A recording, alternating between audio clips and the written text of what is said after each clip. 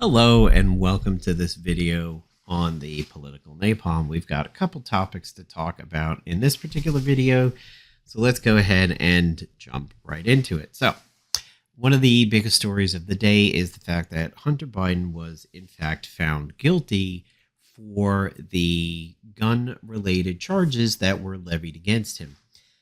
Previously, he had struck a plea deal for it. It seemed to go through, and then the plea deal was struck down. And now, after going through a trial, Hunter was in fact found guilty of the charges against him. Could potentially face up to 25 years in prison. However, being a first-time nonviolent offender, chances are it might get mitigated down a little bit.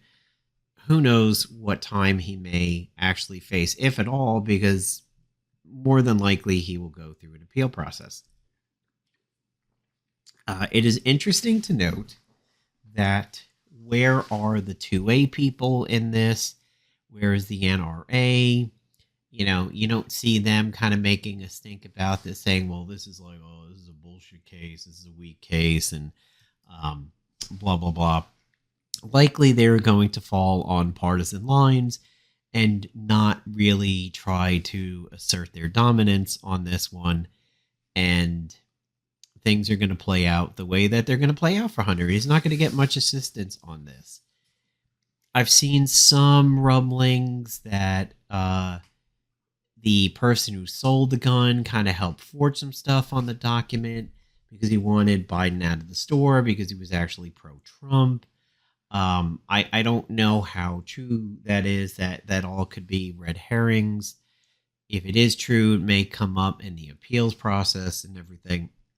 Again, we don't want to be MAGA here in the viewership of this channel and pogo up and down on some potentially false news, fake facts, and everything like that. It's like, oh, he's going to get off because the gun shop owner did this because the gun shop guy was a Trumper and he set Biden up. We're not going to dip into that kind of stuff. We're just going to go with the hard facts of this. Surprisingly, some people that you would think would not be pro Hunter Biden on this have actually come out and been kind of cool with Hunter over here. Matt Getz, Captain Pedo Venmo down there in Florida has said on Twitter he thinks this is kind of a BS case, not because he was found, not because he was like on trial for it. Actually, I take that back. Sorry. Not because it is a Biden, but because he believes the whole case was kind of garbage. And that was surprising. Trump's campaign has issued an announcement that originally said, we hope he gets better. And then they took away the nice part of that comment and just was a typical Trump comment at that point. And then there was a long form statement on that Trump letterhead blasting Hunter and saying, he's sending millions of dollars of foreign money to Joe and just being typical narcissistic, assholeish Trump and everything like that. But, you certainly would come to expect that. Why we're talking about this is because MAGA is losing their mind because it's a day that ends in Y. Prior to the trial, prior to the guilty verdict, everybody was saying 2 tiers of justice, 2 tiers of justice. You're not going to see a Biden be found guilty. You're not going to see him get charges. It's all against Trump and the weaponized DOJ and lawfare and anti-Trump, anti-Trump, anti-Trump, pro-Biden, pro-Biden, pro-Hunter, pro-Joe, pro-Biden. Well, now that he's been found guilty, the copium has started, and now they're like, no, it's still 2 tiers. Joe's going to pardon him and all this other stuff. Nobody has actually said, oh, he'll appeal and then he'll win the appeal. They're not going like QAnon here, going, oh, they're saying guilty now because they know he's going to appeal. And when he appeals, that's when they'll find him innocent. And Joe's hands get to be clean because Joe's not going to pardon him because he knows all along that the the overturning's going to happen, the appeal's going to happen, he'll win the appeal. Like, you don't see that. You don't really see the QAnon level stuff starting that it's all a giant plan. But you do see people straight up saying, no, this is a distraction about what's going on with Joe and trying to distract what's going on with Trump. It's still two tiers and blah, blah, blah. It's so not. If this is where the facts led the jury to be, this is where the facts led the jury to be. And if he gets an appeal through and the appeal is heard and it's upheld or it's overturned, oh, well, that's going to be the way the law goes on this one. The same thing with the election interference case with Stormy Daniels. Trump will probably file an appeal. My guess is nobody will be willing to take up the appeal because no new evidence or issues will be presented. I don't know what new things will come up for Hunter as to grounds for a dismissal of the charges or where an appeal will work. I admit I not really followed this case, not really followed the guilty verdict or the actual charges, so I know not that much about this one, rather than just what I've been seeing from both the right and the left wing over here. But it is crazy how they continue to whine and cry and flip out over this, despite the fact that we have reached a conclusion to this that proves that courts and law are not skewed in the fact of protecting a Biden. And I do not think under any circumstances Joe will pardon him, because by Joe pardoning him, the nepotism and the political skew will just be over the top. I think it's got to stick. I do feel Joe is going to let this stick in whatever way the law actually goes for it. And I do not see the White House or Joe Biden in any way, shape, or form seeking to remedy this within their powers. If you want to believe some crazy pins and strings on a map level stuff that we're just going to say he's guilty now and he'll just win an appeal later and nobody's hands are dirty and oh look, this is who caught the appeal, this judge is a Democrat, they're going to grant it. I mean, I'm sure that's all going to happen if and when an appeal happens, and we'll have to cross that bridge when we get there. But I think it is ridiculous to assume anything now. Let this play out. Let's see exactly what happens. It shows that there is not a two-tier system, unless, of course, you want to start getting into QAnon level shit. Speaking of the justice system and Department of Justice and everything, Molly Shitbrick over here, who is just simply a tick hanging from Trump's left testicle, threatening Americans that they better stop criticizing the corrupt DOJ, should probably take care of the DOJ's image problem with the American people, because there was a headline that said, Merrick Garland, unfounded attacks on the Justice Department must end. This is because the Justice Department is essentially being viewed as like Pizzagate at this point. All of MAGA keeps thinking that there is just so many wide-ranging conspiracies with the FBI and the CIA and the Justice Department, and it's lawfare, and Biden is instructing the DOJ to go after Trump and get him off the ballot and throw him in jail and all this stuff. None of that is true. There is an appearance that the DOJ is after certain people because they're committing crimes and they deserve justice. It's whining, it's crying, it is being beta beyond belief to be like, I don't understand why these people are coming after me. Well, then don't do the bad things. It's that simple. So for her to say threatening Americans, nobody is threatening Americans. Saying unfounded attacks on the Justice Department need to stop. It's an ask. It isn't a threat. It's like, can you guys please leave the DOJ alone? They're doing their jobs. They're not being instructed by Joe Biden. If you think they're being instructed by Joe Biden, then clearly he's not the sleepy idiot you think he is. Now you're giving him Emperor Palpatine levels of power and manipulation. You can't have it both ways. He can't be a sleepy, doofus, diaper dumping idiot and in the same time also be Emperor Palpatine manipulating everything from the lowest rock on down to powers of Galactic Senate and everything like that. It is ridiculous. Decide on a narrative and stick with it. To call this a threat is so beyond the pale and idiotic here. It's just, don't give Molly the time of day. Screw this lady. Absolutely. So the next big thing that has been going on with MAGA over here has been this video that got released yesterday from Nancy Pelosi riding in a car back in January 2021 talking about J6. They are playing a clip that doesn't need further context. The context of the clip is actually within the clip. So give them credit. They're not photoshopping something.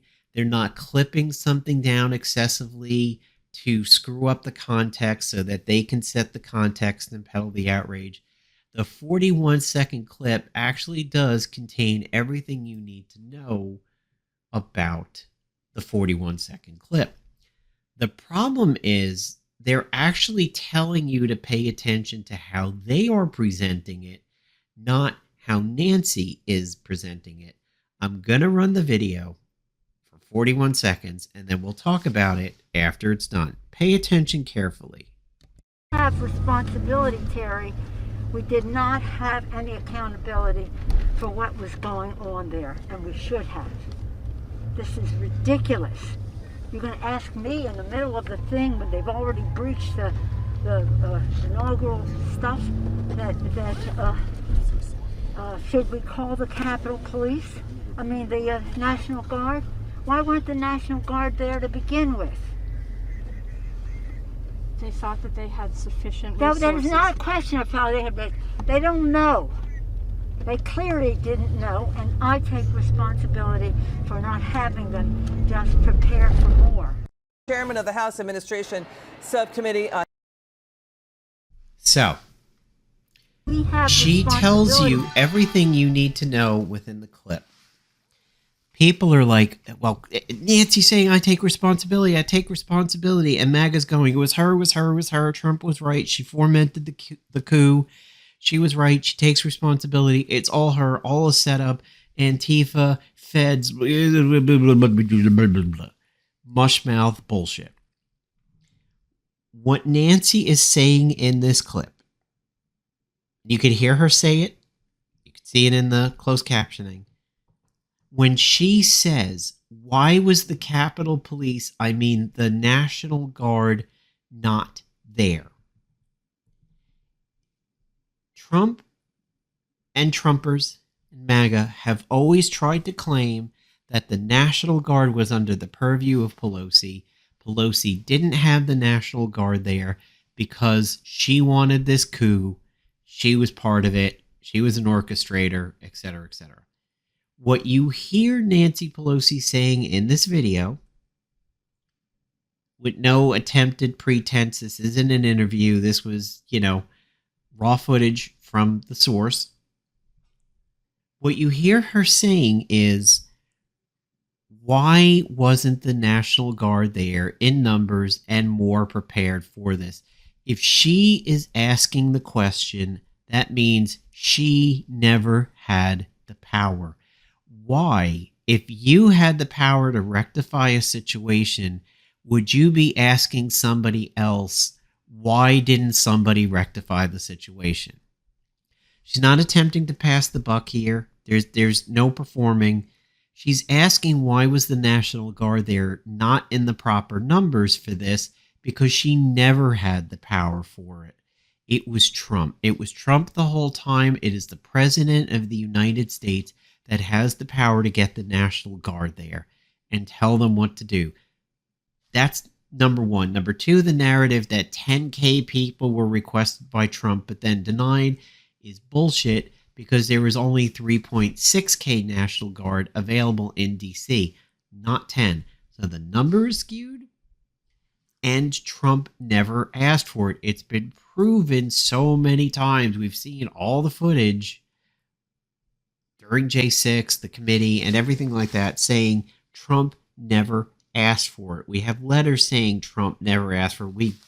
There's Sunderland, I believe his name is, who keeps claiming that there was. He is so low down in the intensity of voicing this. He's so in the minority. Trump was the one who could have asked for the National Guard to be there and didn't. And if you want the proof of who has the power in the situation, go back and look at the fact that when Trump finally did start sending out the tweets, the go home, we love you, you're patriots, blah, blah, blah. We saw the footage of people out there committing the insurrection, holding up their phones saying, Trump wants us to go, Trump wants us to go. And they do start leaving. Unfortunately, that was 2 to 4 hours late. If Trump had said that when people were begging him to do it, less damage could have gone out. People could have been alive, like Roseanne Boyland, among others. You could have had less damage, could have had less loss of life, less injury, had he done it when he should have done it. Could the bloodlust have been too strong? Could emotions be too high? Could the sort of group rage been too high at that moment to be quelled even by Trump? We will never know. It is a possibility, but we also do have a basis in fact that when he asked them to go home, they did start filtering out. Trump was the one with the power that day. He was the one who had the power to protect the Capitol more. He was the one who said, don't put up the metal detectors. He was the one that was like, don't worry about additional guard. They're not here for me, meaning they're not here against me. They're not coming for me. They're actually here with me. They're my people. You could see in the outtakes, he doesn't want to say certain things that might offend the people that he was saying to go home, and you did a heinous act yesterday and everything.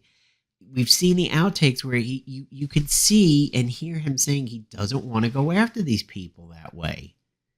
Pelosi never had the power for the National Guard. It's just a simple, proven fact at this point. So when she's saying, why didn't we have the National Guard there? She's saying it because she didn't have the power. And she's disgusted by the fact that we weren't prepared. And at the end of the video, when she says, I take responsibility, I take accountability, she's not talking about because the numbers were too low and I didn't do it. She's taking responsibility for the fact that she and people pathed out under her didn't warn the security forces, didn't warn the Capitol Police and the National Guard properly that Trumpers would do exactly what they did. She's saying, in hindsight, looking at how the day is gone, I should have told these people Trumpers are probably going to cause some shit over here. They're probably going to riot. They're going to do something bad. That's what she's saying in that. She's not saying I take responsibility because I didn't order the National Guard. She had no power to. Watch the video with a absolutely clean, non-MAGA brain. Know what you know in reality. Know what is codified law here in the United States and DC. Who has the power to do what? And you will realize exactly the context of what Pelosi's saying. And this isn't twisting it. I'm not saying hear her words, but actually this is paraphrasing. This is what she's saying. You know better. Pelosi didn't have the power to do anything with the National Guard that day. Trump did. Trump didn't do it. That's why she's saying, why wasn't the National Guard there? And at the end, she's saying, I feel responsible for not warning the people well enough. That's what's being said. Don't fall into the MAGA trap. This was not Pelosi taking responsibility for the J6 insurrection. I'm going to leave you with this really quick. Going back to Hunter Biden, going back to whether or not Joe Biden would pardon him, if you dare to actually say Joe Biden has tried to help his son before, he's done it, remember the Twitter stuff, I want to draw you back to the Twitter files and when things broke on that, okay? When the Twitter files broke, they did reveal that the Biden campaign asked Twitter to censor parts. And I say parts is as big asterisks around it and bold capital letters. Parts of the Hunter Biden laptop story. The part that the Biden campaign said to Twitter, can you help us on this one, was the revenge porn rules that Twitter has. When you hear revenge porn rules, you should know that it means unless everybody who is a participant in that picture or in that video, unless everybody who is a participant in that porn is okay with it being released, it constitutes revenge porn. If you are in a relationship and you filmed an tawdry scene with your significant other, and now you're broken up and you release it to Twitter so that they might get fired or canceled or come under undue fire, that is considered revenge porn. Because Hunter was not in charge of that nudity with him and that porn with him getting put on social media, that constitutes revenge porn. So the Biden campaign said, Twitter, can you help us out and get rid of the porn parts of this? Not tamp down the story, not censor it and everything like that. They wanted the porn parts out. Twitter. I'm not getting into Facebook or Google searches or anything. Just Twitter. That was what was revealed. Not censor the whole story, just censor the porn parts of it. Conversely, that's what the Biden campaign did when Biden was running. He was not in the White House. He didn't have the power. It was a Twitter, here's your rules. Can you follow your own rules and apply it to my son's porn from the laptop story? Meanwhile, it was revealed, and not nearly as public when the Twitter file came out, but it was revealed that the Trump White House in 2019, when he was still very much president and in power, the Trump campaign and the Trump White House did ask Twitter to take down offensive tweets directed at Trump that were, in fact, typical protected speech. They were not racist. They were not calls to violence or anything like that. They did not attack a group. And an example tweet was Chrissy Teigen calling Donald Trump a pussy-ass bitch on Twitter. The White House wanted the tweet taken down. This is something that often gets swept under the rug. People like, Biden will protect Biden because of, hey, look at the Twitter files. No, you don't get to use that as an example. That is asking Twitter to use their own rules and take action against the things that fall under those rules. However, the Trump White House did say, I want you to censor an opinion from just a person who is somewhat popular on the internet. That's it. So one is censorship and one is, hey, there's a rule there. Please apply it. So keep that in mind. If you think a Biden will save a Biden, and you're going to use the Twitter files as an example, it kind of falls down, especially when you look at what Trump's campaign did. So thank you for listening to this video here and watching this video here with me. I appreciate it. Have a good day.